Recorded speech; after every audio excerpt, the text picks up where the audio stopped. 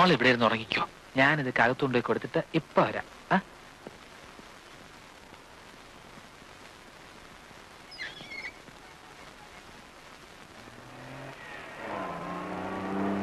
വണ്ടി നിർത്തൂ. അമ്മു, വണ്ടി റിവേഴ്സെടുക്കേ.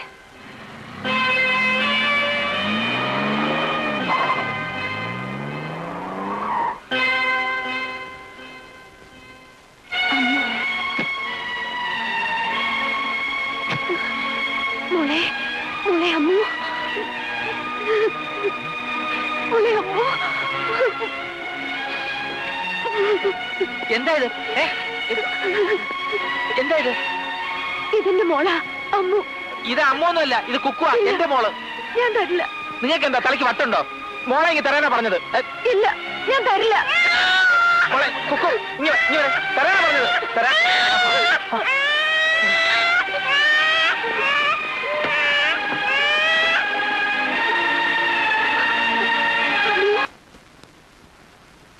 തലയ്ക്ക് അസുഖമുള്ള ഏതെങ്കിലും സ്ത്രീ ആയിരിക്കും അത്. അതൊന്നും കാര്യമാക്കാനില്ല. ഏയ്, അവർക്കങ്ങനെ അസുഖമുള്ളതായിട്ടൊന്നും തോന്നുന്നില്ല. കാറിലാ വന്നത്. ഏതോ വലിയ വീട്ടിലെ സ്ത്രീയാണെന്നാ തോന്നുന്നത്. ഇനി അവരുടെ കുട്ടി തന്നെ ആയിരിക്കുമോ? ഇവിടുന്ന് തന്നെ അല്ലേ അജയന് കുട്ടിയെ കിട്ടിയത്? അവരുടെ കുട്ടിയാണെങ്കിൽ പിന്നെ റെയിൽവേ ട്രാക്കിൽ കൊണ്ടുപോയി ഉപേക്ഷിക്കേണ്ട കാര്യം എന്താ? കുക്കുവിന്റെ മുഖം കണ്ട ഒരമ്മയ്ക്ക് ഇങ്ങനെ ചെയ്യാൻ തോന്നുമോ? ഓരോ ദിവസവും ഈ സിറ്റിയിൽ ഇതുപോലെ എത്രയെത്ര സംഭവങ്ങളാണ് നടക്കുന്നതെന്ന് അജയൻ അറിയാമോ? ഇനി കുക്കുവിന്റെ സ്വന്തം അമ്മ ഒന്ന് ചോദിച്ചാൽ പോലും ഞാൻ കുക്കുവിനെ വിട്ടുകൊടുക്കില്ല. കുക്കു എന്റെ കൂടെ ഇല്ലാത്ത ഒരു അവസ്ഥയെ കുറിച്ച് എനിക്ക് ചിന്തിക്കാൻ പോലും കഴിയില്ല. കുക്കുവിനെ ഇനി പുറത്തേക്ക് കൊണ്ടുപോണ്ട. അവരിനിയും വന്നോടുന്നില്ലല്ലോ. അജയൻ ജോലിക്ക് പോകുമ്പോ കുഞ്ഞിനെ ഇവിടെ വിട്ടിട്ട് പോയാ മതി, ഞങ്ങള് നോക്കിക്കോളാം. അതൊക്കെ നിങ്ങൾക്ക് ബുദ്ധിമുട്ടാവില്ലേ? അത് സാരില്ല. കോളേജിൽ നിന്ന് വന്നു കഴിഞ്ഞാൽ പിന്നെ ഞാനിവിടെ ഉണ്ടാവല്ലോ. അജയൻ സമാധാനമായിട്ട് പോയി കിടന്ന് ഉറങ്ങിക്കൊള്ളു.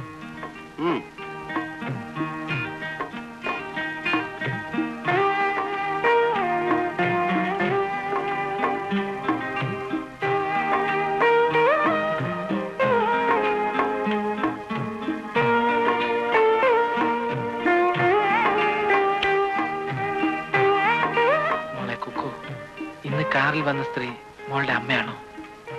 നീ എന്റെ മോളാ, എനിക്ക് ജനിക്കാത്ത എന്റെ മോൾ.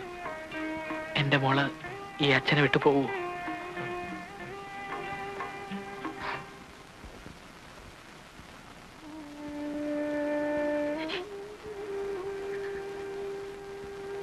അത് നമ്മുടെ അമ്മുവാണെന്ന് ചേർത്തിക്ക് തോന്നിയതാ. മനസ്സ് നിറയെ അമ്മുവിനെ കുറിച്ചുള്ള ഓർമ്മകളായതുകൊണ്ട് ഏത് കുട്ടിയെ കണ്ടാലും ചേർത്തിക്ക് അമ്മുവാണെന്ന് തോന്നും. ഇല്ല, എന്റെ മോളെ കണ്ടാൽ എനിക്കറിയാം അതെന്റെ അമ്മു തന്നെയാ. ആക്സിഡന്റിൽ മരിച്ചുപോയ അമ്മു ജീവിച്ചിരിക്കുന്നു പറയുന്നത് തന്നെ മനസ്സിന്റെ ഒരുതരം വിഭ്രാന്തിയാ. എനിക്കൊരു വിഭ്രാന്തിയും ഇല്ല. ഞാൻ അമ്മു എന്ന് വിളിച്ചപ്പോ എന്റെ മോൾ എന്നെ തിരിച്ചറിഞ്ഞതാ. അതെന്റെ അമ്മു തന്നെയാ. ആക്സിഡന്റ് നടന്ന ഓൺ ദ സ്പോട്ടിൽ തന്നെ മരിച്ച ചേട്ടനെയും അമ്മുനെയും ഗുരുതരമായ പരിക്കേറ്റ് ബോധമില്ലാതെ കിടന്ന ചേട്ടത്തിക്ക് കാണാൻ കഴിയാഞ്ഞതുകൊണ്ടാണ് ഇങ്ങനെയൊക്കെ തോന്നുന്നത്. അപ്പോ ഞാൻ കണ്ട അമ്മു മോൾ ഏതാണ്? മോളെ, അത് വേറെ ആരുടെയെങ്കിലും കുട്ടിയായിരിക്കും. ഇല്ല അച്ഛാ, ആരെന്ത് പറഞ്ഞാലും അതെന്റെ അമ്മു തന്നെയാ.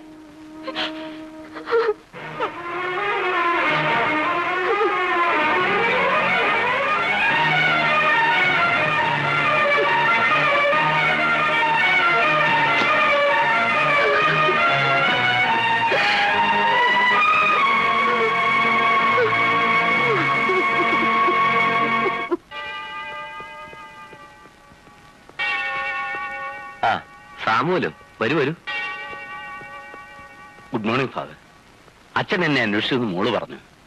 അന്വേഷിച്ചു. ഒരാഴ്ച ഞാനിവിടെ ഉണ്ടായിരുന്നില്ല, അല്ലെങ്കിൽ ഞാൻ തന്നെ വന്ന് കാണുമായിരുന്നു. എന്താണ് അച്ഛോ? ബൈബിളിൽ ഒരു വാക്യമുണ്ട്, മാനവരാശിയുടെ നിലനിൽപ്പ് തന്നെ മനസ്സുകൾ തമ്മിലുള്ള ഐക്യത്തിലാണ്. എല്ലാ നല്ല മനസ്സുകളിലും ദൈവം അനുഗ്രഹ വർഷങ്ങൾ ചൊരിയുന്നു എന്ന്. നമ്മൾ കത്തോലിക്കരെ സംബന്ധിച്ചിടത്തോളം മഹത്തായ ഒരു ആപ്തവാക്യമാണിത്. ദൈവം കൂട്ടിച്ചേർക്കാൻ ആഗ്രഹിക്കുന്നത് മനുഷ്യനായിട്ട് വേർപിരിക്കരുത്. ഇത്രയും ഞാൻ പറഞ്ഞു വന്നത് സാമുവലിന്റെ മകൾ ഗീതയുടെ വിവാഹത്തെക്കുറിച്ച് പറയാൻ വേണ്ടിയാണ്. ഗീതയും പൊന്നൂസിന്റെ മകൻ സജിയും തമ്മിൽ സ്നേഹത്തിലാണ്. അവർ വിവാഹം കഴിക്കാൻ ആഗ്രഹിക്കുന്നു. ഗീതയ്ക്ക് അങ്ങനത്തെ ആഗ്രഹമുണ്ടെന്ന് അറിഞ്ഞപ്പോ വിവാഹം കഴിച്ചു കൊടുക്കാൻ ഞാൻ തീരുമാനിച്ചതാ.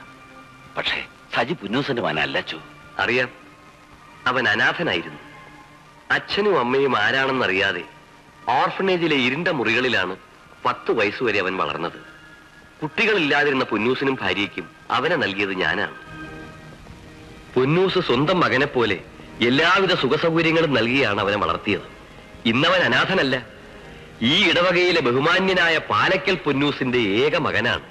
അച്ചോ, ഒരു അനാഥൻ എന്നും അനാഥൻ തന്നെയാ. ആർക്കോ എവിടെയോ ജനിച്ച ഒരുത്തൻ പിന്നീട് എത്ര വലിയവനായാലും അവന്റെ തീർത്ഥവും ചോദ്യം ചെയ്യപ്പെടുന്നു. നല്ലൊരു കുടുംബ പാശ്ചാത്തലമുള്ള ഞാനെങ്ങനെയാണോ ഗീത അവനും വിവാഹം കഴിച്ചു കൊടുക്കുന്നേ? കുടുംബമഹിമയും അന്തസ്സും ഒക്കെ മനുഷ്യൻ സമ്പത്ത് കൊണ്ട് നേടിയെടുക്കുന്നതല്ലേ സാമുവൽ? നല്ല കുടുംബത്തിൽ ജനിച്ച ഒരുത്തൻ ജീവിക്കാൻ നിവൃത്തിയില്ലാതെ പിച്ചപ്പാത്രവുമായി തെണ്ടാനിറങ്ങിയാൽ സമൂഹം അവനെ തെണ്ടിയെന്നല്ലേ വിളിക്കാറുള്ളൂ. കുടുംബ പാരമ്പര്യമുള്ള തെണ്ടിയെന്ന് ആരും പറയാറില്ലല്ലോ. ഞാനൊന്ന് ചോദിക്കട്ടെ സാമുവൽ, ക്രിസ്തു ഏത് തറവാട്ടിലാണ് ജനിച്ചത്? വെറും കാലിത്തൊഴുത്തിൽ ജനിച്ച യേശുവിനെയല്ലേ ലോകത്തിന്റെ നാഥനായി നമ്മളൊക്കെ ആരാധിക്കുന്നത്? ആദ്യം മനുഷ്യൻ മനുഷ്യനായി ജീവിക്കുക. മനസ്സിൽ നന്മ സൂക്ഷിക്കുന്നവനെ യഥാർത്ഥ മനുഷ്യനാവും. അതുകൊണ്ട് സാമുവലിനോട് എനിക്ക് ഒന്നേ പറയാനുള്ളൂ. സാമുവലിനെ അനുസരിക്കാൻ മാത്രം അറിയാവുന്ന മകളുടെ മനസ്സറിഞ്ഞ് സജിയെ അവൾക്ക് വിവാഹം കഴിച്ചു കൊടുക്കുക.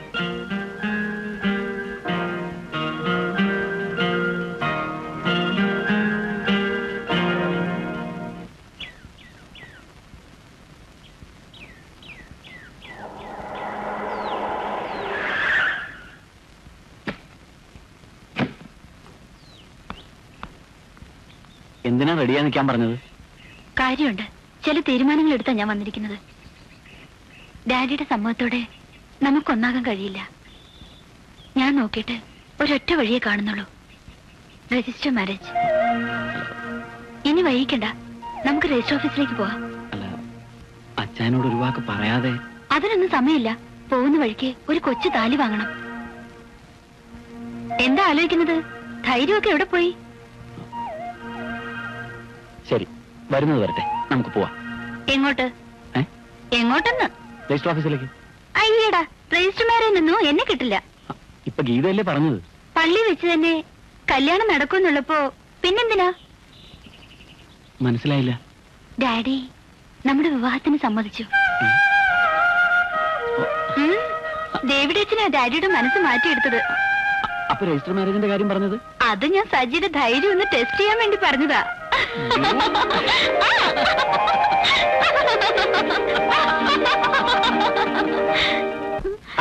ഇനിയിപ്പോ ഒന്നിനും സമയം ഉണ്ടാവില്ലല്ലോ.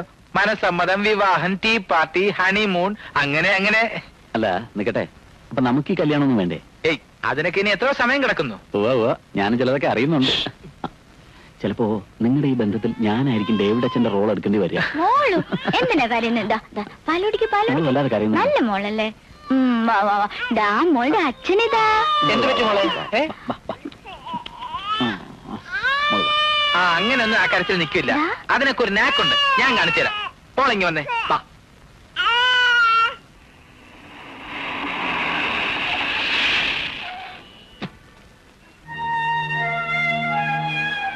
എക്സ്ക്യൂസ് മീ, ഇവിടെ കുട്ടിയുമായി നടക്കുന്ന ഡെലിവറി ബോയ് അജയനോ? ആ, അയാൾ എവിടെയാ താമസിക്കുന്നത്? Number 7 CIT colony, Nandanam. Thank you.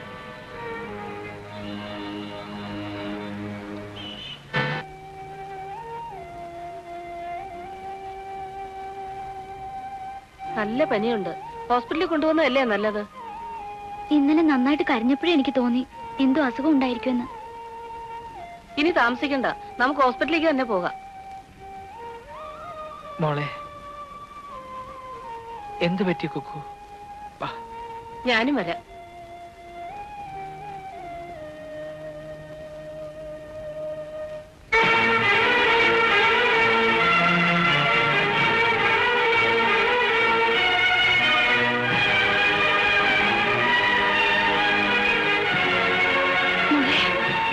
എന്റെ അമ്മൂന് എന്ത് പറ്റി? നിങ്ങൾ എന്തായി പറയുന്നത്? ഇത് നിങ്ങളുടെ അമ്മ ഒന്നുമല്ല, ഇത് ഞങ്ങളുടെ കുട്ടിയാ. ഇല്ല, എന്റെ മോളെ കണ്ടാൽ എനിക്കറിയാം. നിങ്ങളുടെ കുട്ടി എങ്ങനെയാ ഞങ്ങളുടെ വീട്ടിൽ വരുന്നത്? ഞാൻ എന്താ പറയാ? ഒരമ്മയ്ക്ക് സ്വന്തം മകളെ തിരിച്ചറിയാൻ പറ്റില്ലേ? നിങ്ങൾ പോകുന്നുണ്ടോ? കുട്ടിയെ ഞങ്ങൾക്ക് ഹോസ്പിറ്റലിൽ കൊണ്ടുപോകേണ്ടതാ. എന്റെ മോളെ ഞാൻ ഹോസ്പിറ്റലിൽ കൊണ്ടുപോ. അതൊന്നും വേണ്ട, നിങ്ങൾ ഇവിടെ നിന്ന് പോയി തന്നാ മതി. കുട്ടിയൊന്ന് പോകുന്നുണ്ടോ? മോക്ക് പനി വളരെ കൂടുതലാ. നിങ്ങളോട് പോകാനാണ് പറഞ്ഞത്. മോളെ അമ്മു, മോളെ തരാതെ ഞാൻ പോവില്ല. മനുഷ്യനെ ഉപദ്രവിക്കാനായിട്ട് വന്നിരിക്കുക. മോളെ അമ്മു, അമ്മു വാതിൽ തുറക്ക്. എനിക്കെന്റെ മോളെ കാണണം. വാതിൽ തുറക്ക്.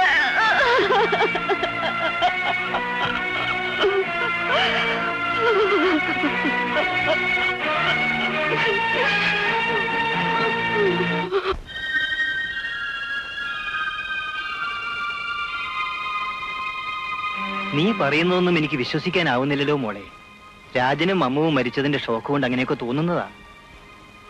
നമുക്ക് ഏതെങ്കിലും നല്ലൊരു ഡോക്ടറെ പോയി കാണാം. നിങ്ങൾ എല്ലാരും കൂടി എന്നെ ഒരു ഭ്രാന്തിയാക്കാൻ നോക്കാണ്. ഇല്ല, എനിക്കൊരു അസുഖമില്ല. എനിക്കെന്റെ മോളെ വേണം. അമ്മുമില്ലാതെ എനിക്ക് ജീവിക്കാനാവില്ല.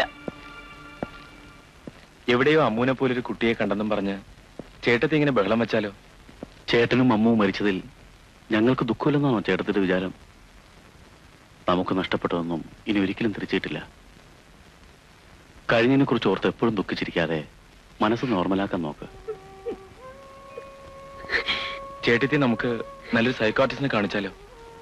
വേണ്ട, എന്റെ മനസ്സിന്റെ സമനില ഒന്നും തെറ്റിയിട്ടില്ല. ഞാൻ ഇനിയും വരില്ല.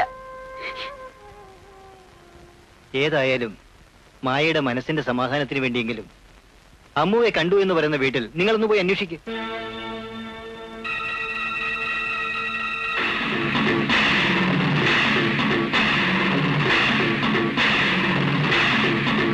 നിന്നെ ഏൽപ്പിച്ച കുട്ടിയോടെ? അതിനെ അപ്പോഴേ കളഞ്ഞില്ലേ സാർ? നീ എവിടെ കൊണ്ടുപോയി കളഞ്ഞു? ഇപ്പൊ ആ കുഞ്ഞ് പരലോകത്ത് എത്തിക്കാണും. അപ്പോഴേ കുട്ടിയെ റെയിൽവേ ട്രാക്കിൽ കൊണ്ടുവച്ചതാ. എന്നിട്ടാണോ കുട്ടി ഇവിടെ കണ്ടത്? നിന്നേക്ക് വിശ്വസിച്ചേൽപ്പിച്ച് ഞങ്ങൾ വേണം തല്ലാൻ. വാടാ. ഇനിയിപ്പൊ ചേട്ടത്തി കണ്ടത് അമ്മൂനെ തന്നെ ആയിരിക്കുമോ? നീ കേറ്.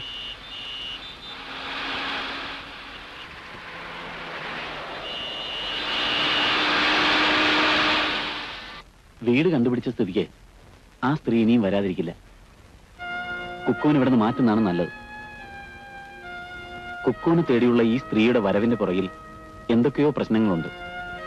നമ്മൾ എന്തിനാ ഇതൊക്കെ അന്വേഷിക്കുന്നത്? അവരുടെ കുട്ടിയാണെന്ന് തറപ്പിച്ച് പറയുമ്പോ അവർക്ക് തന്നെ കൊടുക്കുന്നതല്ലേ നല്ലത്? എത്ര നാളെന്ന് വെച്ച അജയൻ ഈ കുട്ടിയെ കൊണ്ട് ഇങ്ങനെ കഴിയാൻ പോകുന്നത്? ഒരു വിവാഹവും കുടുംബവും ഒക്കെ വേണമെന്ന് തോന്നുമ്പോഴാ ബുദ്ധിമുട്ടാവുക. കുക്കു ഒരിക്കലും എനിക്കൊരു ബുദ്ധിമുട്ടാവില്ല. അവളെ എന്റെ മകളായി അംഗീകരിക്കാൻ തയ്യാറുള്ള ഒരു പെൺകുട്ടിയെ മാത്രമേ ഞാൻ വിവാഹം കഴിക്കൂ. മോളുണെന്നും തോന്നുന്നു.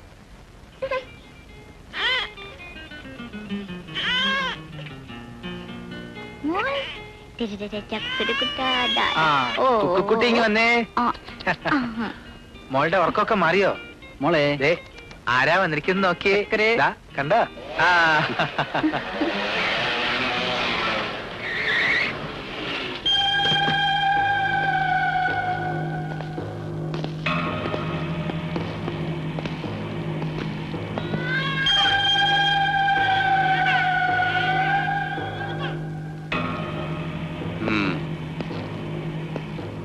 ഈ കുട്ടിയുടെ അമ്മയാണ് ഞങ്ങളെ ഇങ്ങോട്ട് പറഞ്ഞയച്ചത്. അവരുടെ കുഞ്ഞിനെ ഇങ്ങ് തന്നേക്ക്. ഇത് അവരുടെ കുഞ്ഞൊന്നുമല്ല. മര്യാദയ്ക്ക് കുഞ്ഞിനെ ഇങ്ങ് തന്നാൽ കൂടുതൽ പ്രശ്നങ്ങളൊന്നും ഉണ്ടാവില്ല. ഇല്ല, എന്റെ കുഞ്ഞിനെ ഞാൻ തരില്ല. വേണ്ട, തരണ്ട, ഞാൻ തന്നെ എടുത്തേക്കാം. സജി,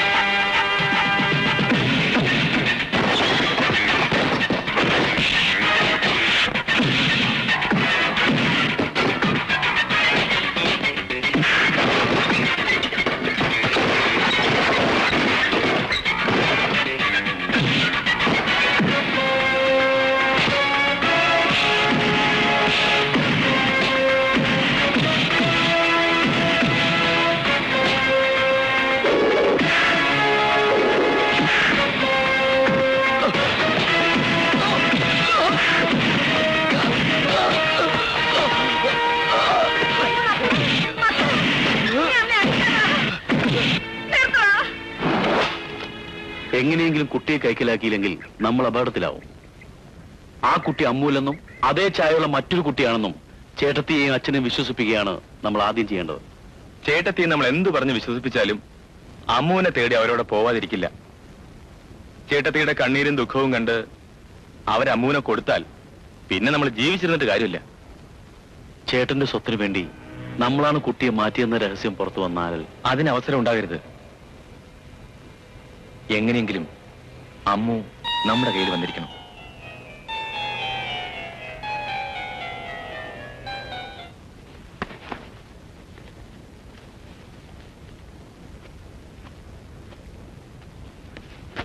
കുക്കൂനെയും കൊണ്ടാണോ അജേട്ടൻ ജോലിക്ക് പോകുന്നത്?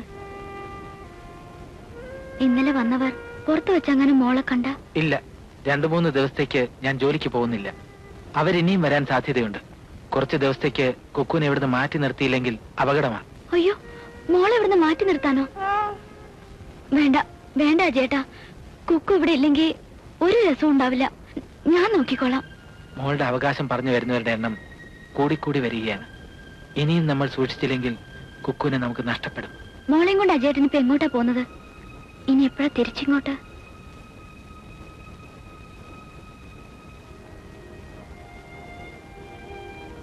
അജേട്ടൻ വരാതിരിക്കരുത്. എല്ലാം കൊണ്ടും അജേട്ടന് ബുദ്ധിമുട്ടായില്ലേ? ഇപ്പോ ഞാൻ പോലും. ജീവിതത്തിൽ ബുദ്ധിമുട്ടും കഷ്ടപ്പാടും ഏറെ അനുഭവിച്ചവനാണ് ഞാൻ. ഓടി ഓടി തളർന്നവന് ദൂരത്തെക്കുറിച്ച് ആകുലത ഉണ്ടാവില്ലല്ലോ.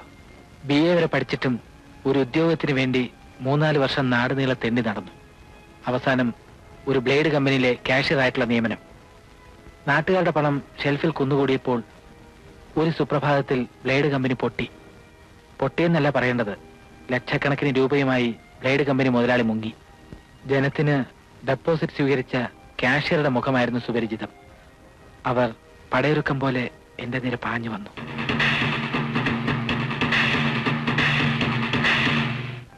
വന്നുപെട്ടത് മദ്രാസ് എന്ന മഹാനഗരത്തിൽ. ജീവിക്കാനുള്ള മോഹങ്ങളുമായി ഇവിടെ എത്തി എനിക്ക് ഒരു കുരുന്ന് ജീവൻ കൂട്ടായി വന്നു, കുക്കു. ഇപ്പൊ എനിക്ക് വേണ്ടിയല്ല ഞാൻ ജീവിക്കുന്നത്, എന്റെ കുക്കുവിന് വേണ്ടിയാ.